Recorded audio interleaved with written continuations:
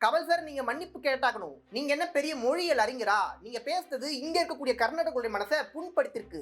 ஏன் இவ்ளோ ஈகோ அப்படின்னு சொல்லிட்டு அடுக்கடுக்கான கேள்விகள இன்னைக்கு கர்நாடகாவுடைய உயர்நீதிமன்றம் கேட்டிருக்கு. கர்நாடகால ஒரு ஆடியோ லான்ச் வந்து இந்த தக்லைஃப் படத்துக்கு நடக்குது. அங்க வந்து இந்த கன்னடம்ன்ற மொழியே தமிழ் மொழியில தான் வந்துச்சு. நீங்களும் நானும் சகோதரர்கள் சொல்லிட்டு ஆக்டர் கமலஹாசன் ஒரு ஸ்டேட்மெண்ட் கொடுக்குறாரு. இது அங்க இருக்கக்கூடிய கர்நாடகாவுடைய அந்த அமைப்புகள் பலரும் எடுத்து போராடுறாங்க. இதுக்கு காரணம் வந்து எங்களுடைய மனசை புண்படுத்திட்டாங்க அப்படின்லாம் சொல்லிட்டு.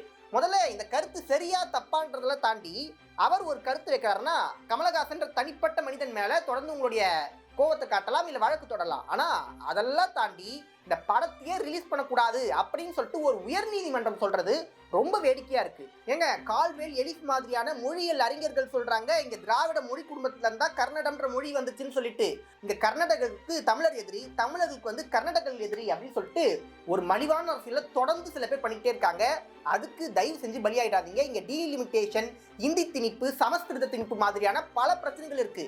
இதை பத்தி எதுவுமே பேசாம அப்படியே மக்களை வந்து மடைத்திருப்பதுக்கான ஒரு வேலையை தொடர்ந்து சில சில்லறைங்க பார்த்துக்கிட்டே இருக்கு. அதுக்கு பலியாயிடாதீங்க. கண்டிப்பா இந்த மாதிரியான நேரத்துல கமல் சார் கூட நிற்க வேண்டியது நம்மளுடைய அவசியம். Stand for Kamal sir.